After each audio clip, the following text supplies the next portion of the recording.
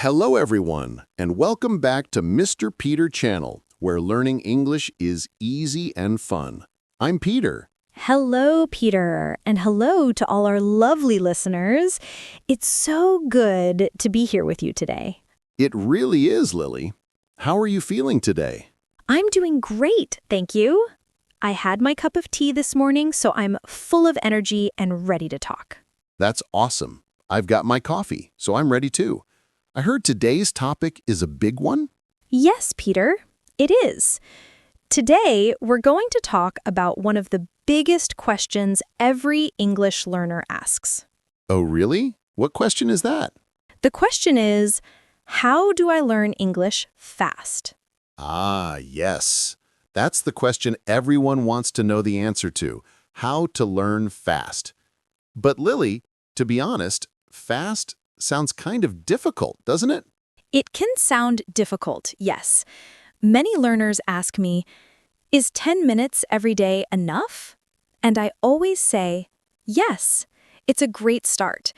But if you really want to learn fast, you need a bit more than just time. A bit more? What do you mean? To learn English fast, Peter, you need 3 things.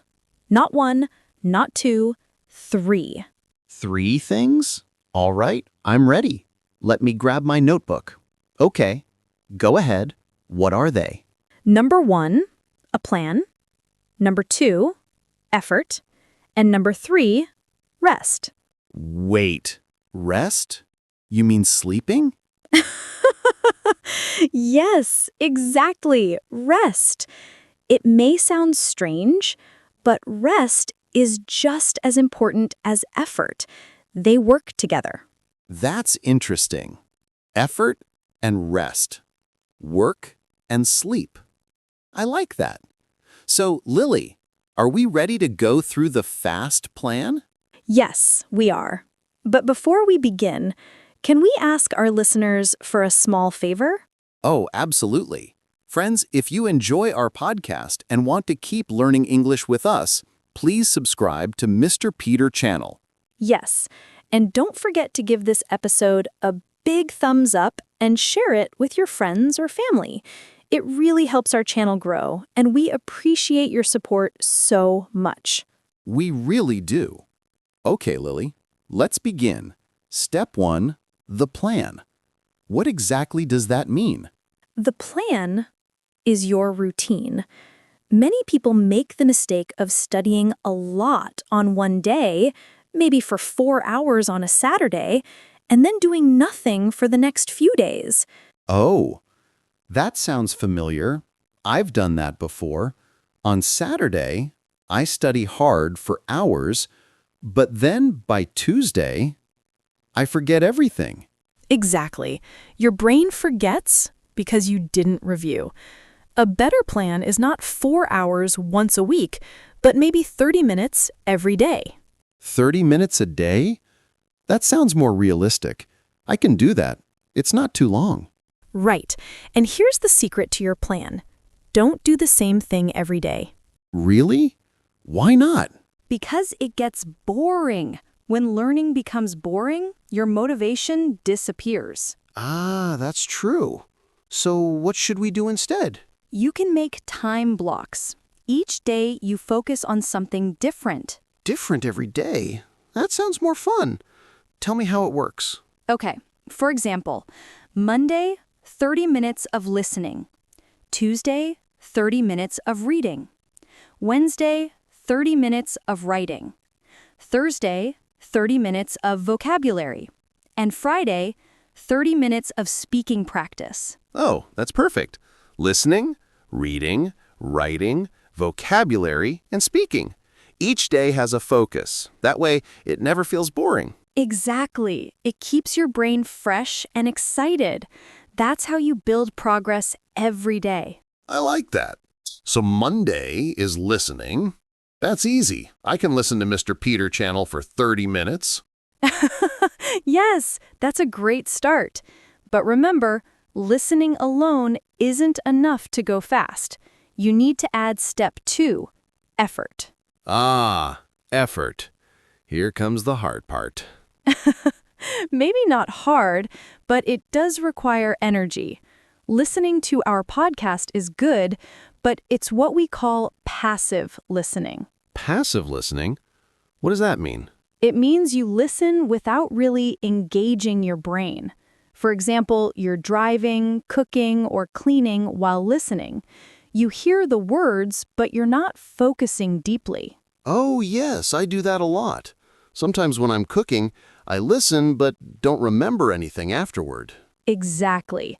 That's passive listening. It's still helpful, but to learn fast, you need active learning. Active learning? Like going to the gym but for the brain? Yes, that's a perfect way to describe it. Active learning means your brain is working. You're not just listening, you're doing something. Okay, Lily. So, what can I do to be active while listening? I'm glad you asked. This is a very useful tip for everyone listening right now. This is how to use our podcast to learn English faster. Ooh, I like secret tips. Go ahead.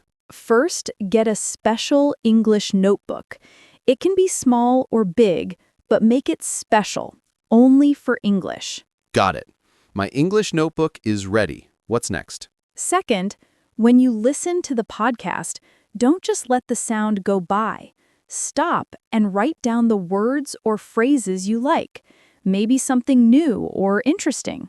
Oh, I like that. So I can write, for example, active learning or time blocks, and then review them later. Exactly. That's active learning. You listen, you write, you think, and you repeat. This is how you make your brain remember faster. That makes sense. It's like exercising the mind. Yes. And here's another trick. Say the words out loud.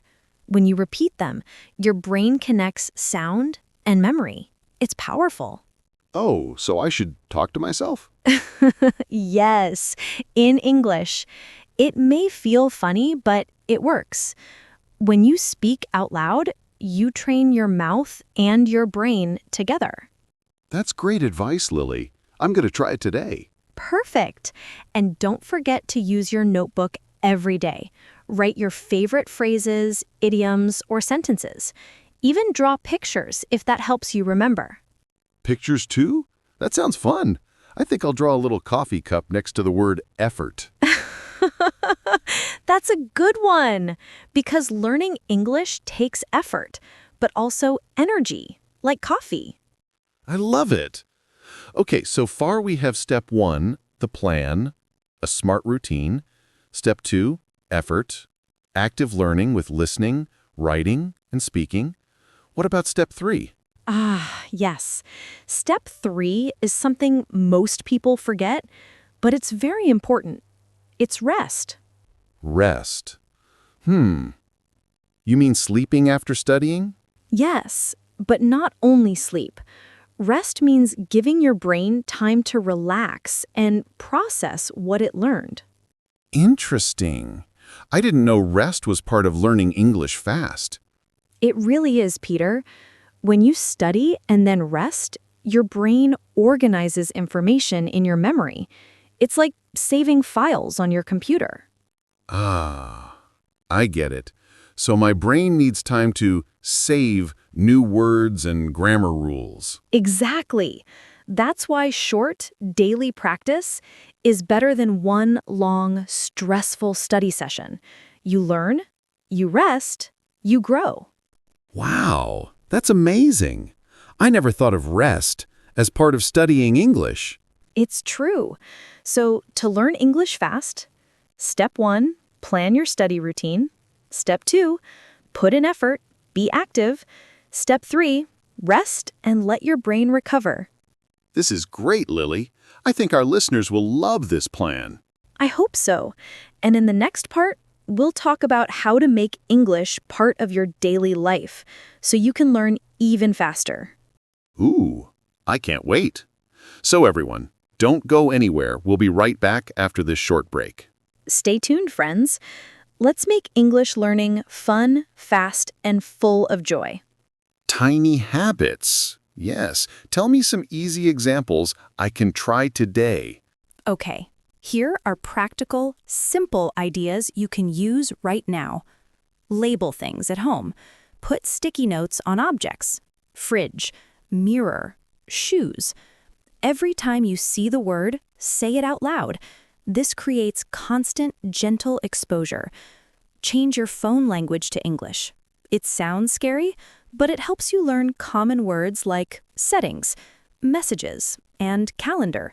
You'll learn vocabulary you actually use. Use English for simple tasks.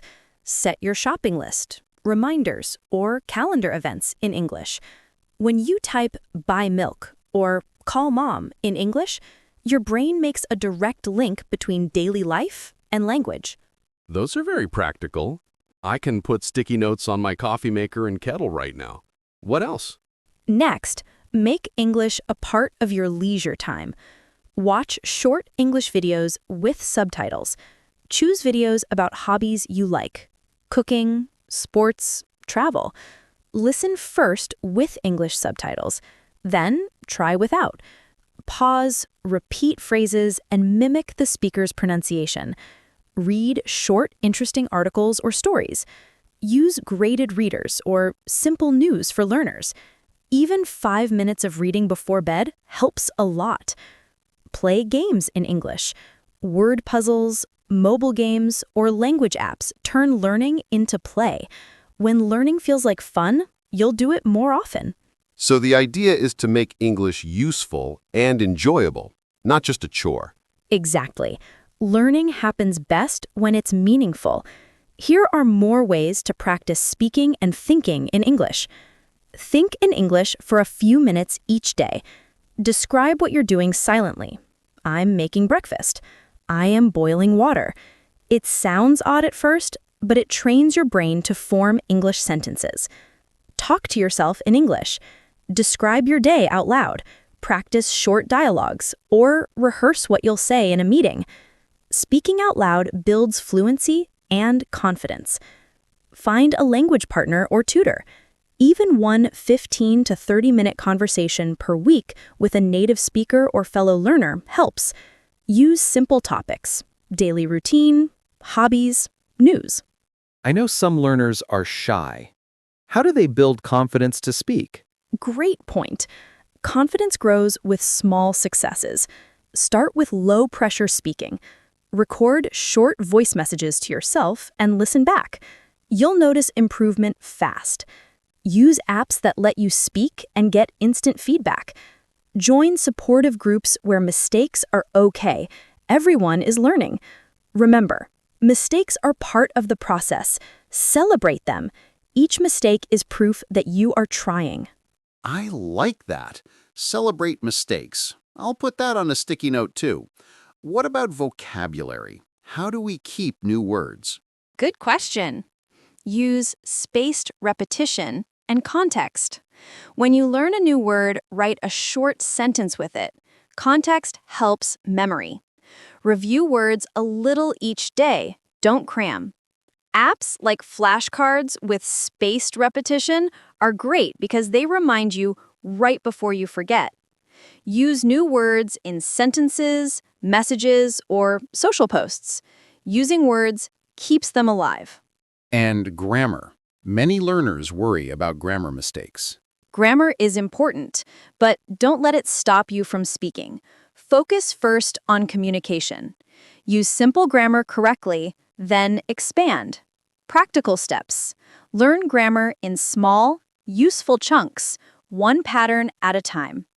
Practice with short dialogues or role plays that use that grammar. Check answers afterward and correct gently. The goal is to communicate clearly. Perfection can come later. What about motivation? Sometimes I feel tired and want to stop.